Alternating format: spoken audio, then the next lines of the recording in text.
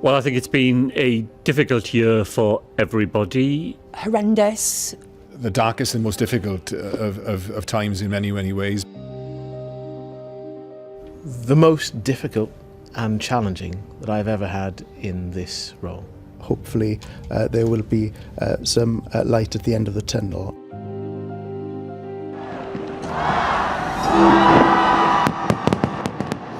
So let's go back to January. What's top of your list? What are you worried about? What are you thinking about? Oh, at the beginning of January, I would have said that Brexit would have dominated the year. On Wales at 6, Britain is finally leaving the EU. We'll be looking at what it means for Wales. Because it's one of those stories that we're going to look back on in decades to come to see how we marked this day. In China, there's this virus.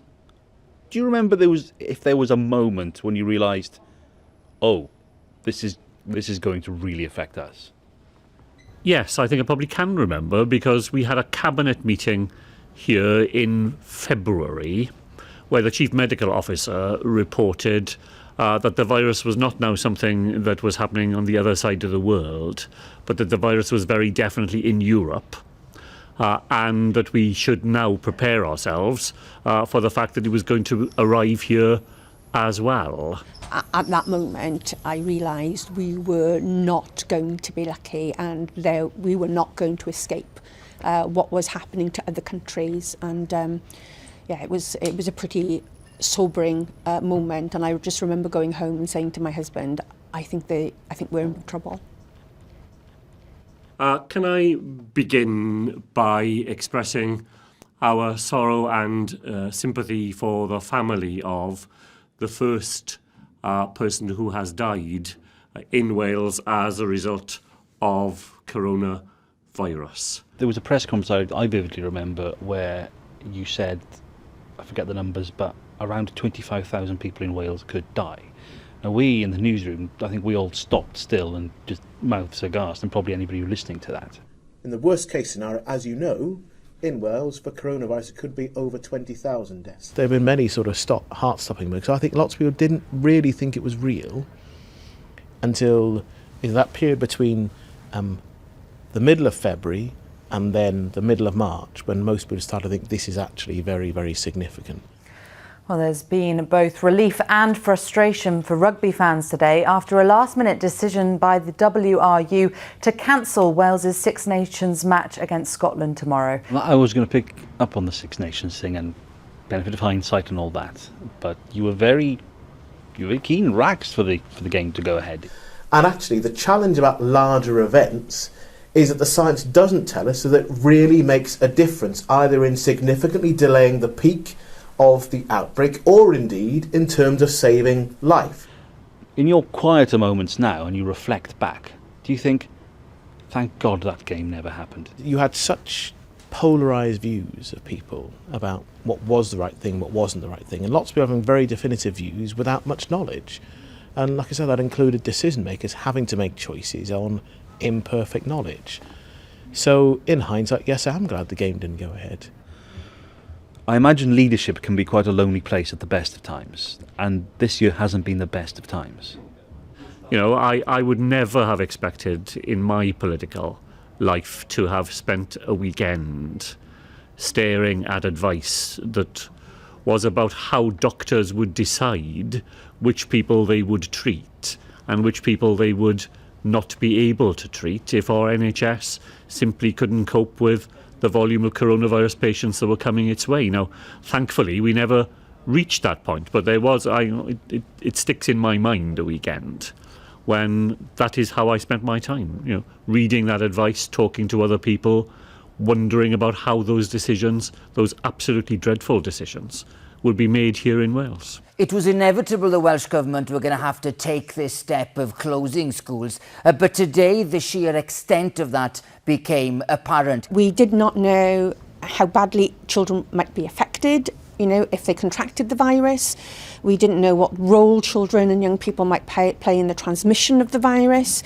It became absolutely imperative that we had to close schools. Because of what we know about the virus, I do not anticipate that schools will be back to normal for a considerable period of time. there's no guide, there's no rule book of how to run an education system in the middle of a pandemic, and it is absolutely unprecedented. From this evening, I must give the British people a very simple instruction. You must stay at home. From now on, all high street shops will be closed, except those selling food, pharmacies, banks and post offices.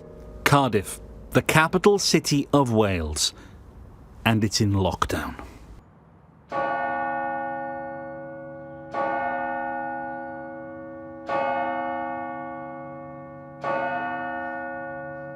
It was inescapable. If we were going to allow the NHS to cope, save lives that would otherwise be lost, a period in which we all just avoided human contact on which this terrible virus thrives. Looking back on that first lockdown, do you think we went into lockdown too late? We should have gone into earlier. Well, in hindsight, then again, knowing what we know now, then we almost certainly would have made that choice earlier. We'd have advanced our choices by a period of time, and we would probably have saved more lives in doing that. Looking back at the early stages when testing wasn't so widely available, you're trying to make space in hospitals so people are going into care homes, and we all know what happened in care homes, whether that is a source of regret of some sort? Oh, well, look, the crisis in care homes is a source of regret, of course, because they've had an absolutely torrid time. And we learn a load of things there, there was a very plausible suggestion that problems in care homes were caused because people were discharged from hospital to them. But actually the evidence now from the universities who've studied this is that wasn't the cause. In many ways, the most difficult practical time was the realisation that on some PPE items we were down to 6 days' supply. Is that the hairiest moment?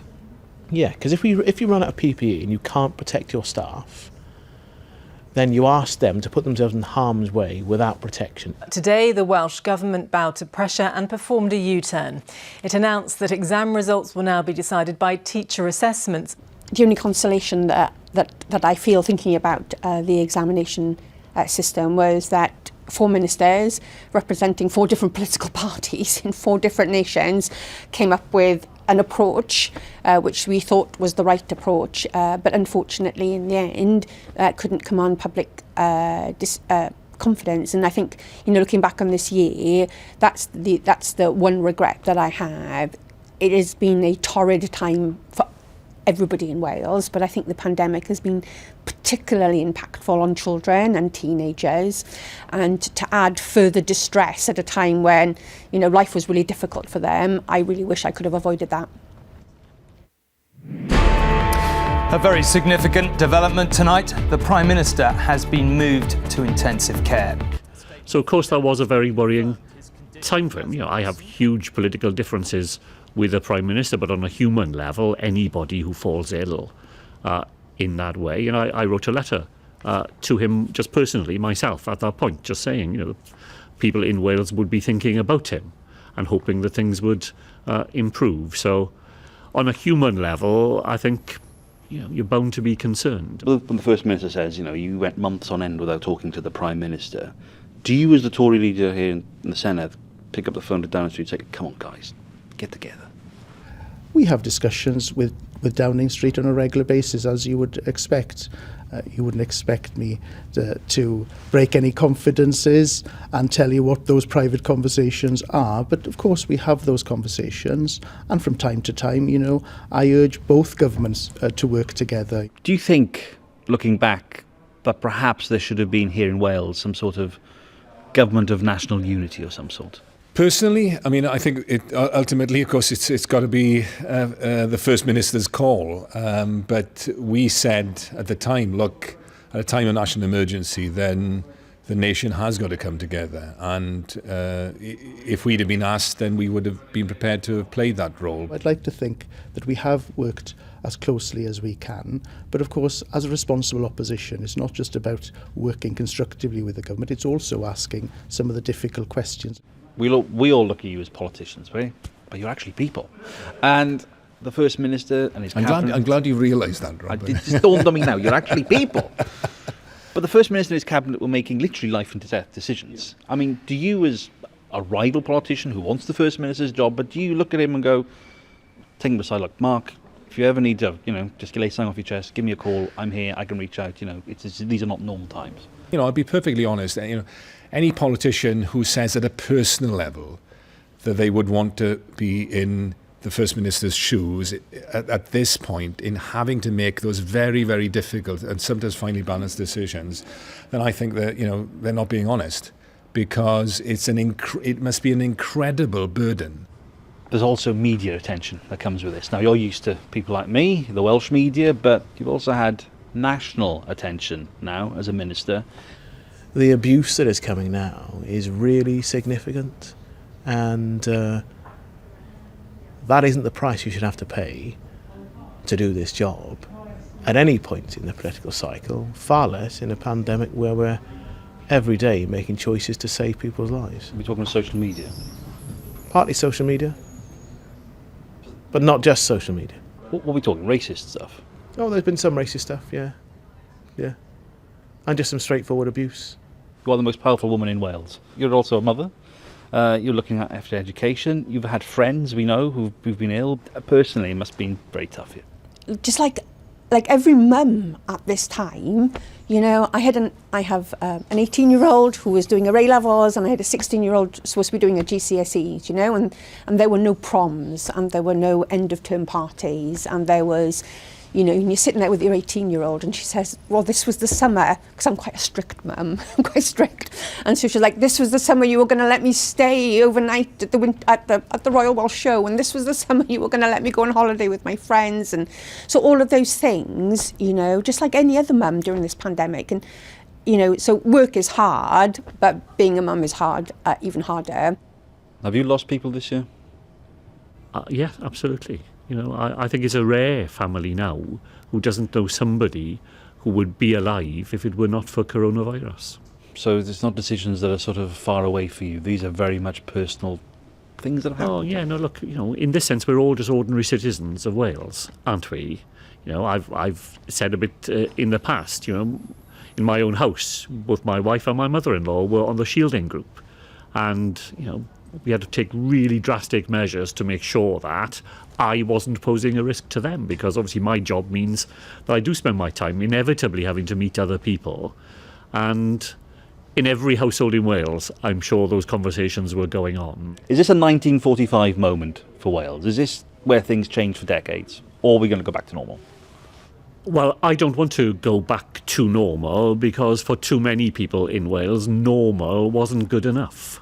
We want to make sure when we get out of this pandemic that we improve people's lives. I think it is a pivot point, and I think it's a pivot point for the world and for Wales. Let alone my job, I just can't quite believe that I and my family are living through a global pandemic, and it makes you reevaluate things. Think about those people who couldn't go to work in local government and came back to work to start off our Test, Trace, Protect service.